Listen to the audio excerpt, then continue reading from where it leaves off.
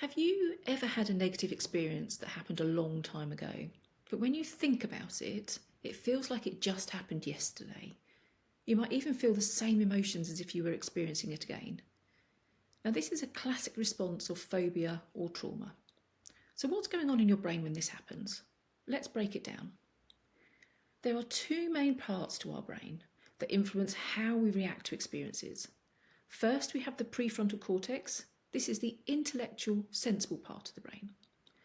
And when we're operating from the prefrontal cortex, we're positive, logical, and solution focused.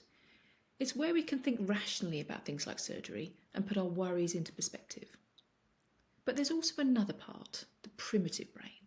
This is the emotional, survival-orientated part of our brain.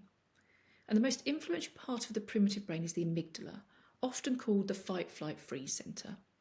And when we're in a stressful situation, the amygdala gets activated and prepares us for action. And working alongside the amygdala are two other key parts.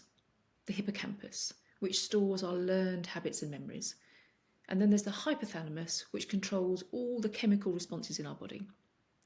Now here's where things get interesting. This is where phobic and traumatic memories are stored. And these are memories that haven't been processed properly and remain active. Now normally memories and experiences get processed in the hippocampus, but stress hormones like cortisol can block this process. And when that happens, the memory doesn't fade or get stored properly, and it stays alive in our primitive brain, continually triggering the amygdala and preparing us for action, even when the threat isn't there anymore. And what's more, our primitive brain is constantly looking for patterns. It uses something called pattern matching, where it identifies triggers in our environment that resemble a past traumatic experience that hasn't been processed yet. It could be a sound, a smell, or even a word. And if it detects something similar, it activates the fight, flight, or freeze response, even if it's not the exact same situation. And this faulty pattern matching serves no useful purpose and can cause unnecessary anxiety or fear.